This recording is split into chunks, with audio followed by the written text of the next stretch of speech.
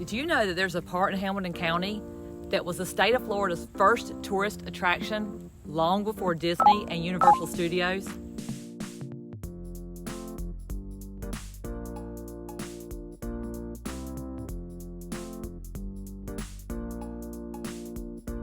In the small town of White Springs, Florida, there was a spot called White Sulfer Springs. And nearly a century ago, this spot drew people in from all over the country, and the town was booming because of it. Now, White Sulfer Springs was originally a sacred meeting ground for opposing Indian tribes. Believing that the sulfur waters had amazing healing powers, the opposing tribes agreed to set aside their conflict to drink and bathe in the mineral water without fear of attack.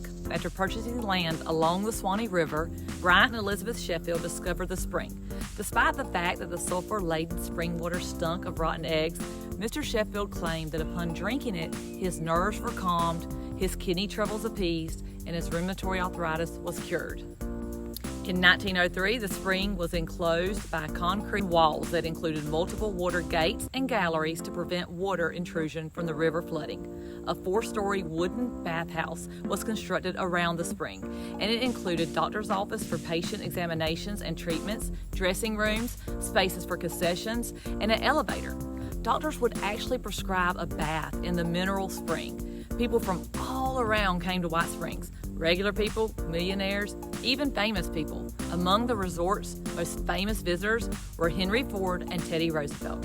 At the time, water flow was calculated at 32,400 gallons per minute, or nearly 47 million gallons a day.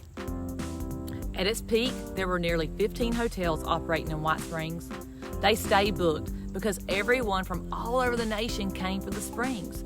The town prospered and stayed very busy. A fire in 1911 destroyed most of the hotels in White Springs, but some did remain. In the 1930s, the popularity of the springs started to dwindle, but the spring house continued to attract visitors from all over as late as the 1950s. My own mother recalls many, many days swimming in the springs in the 60s and 70s. By the time, there was no resorts, and everyone used the stairs, and there was no elevator, but it was still a wonderful time with the locals and the surrounding counties.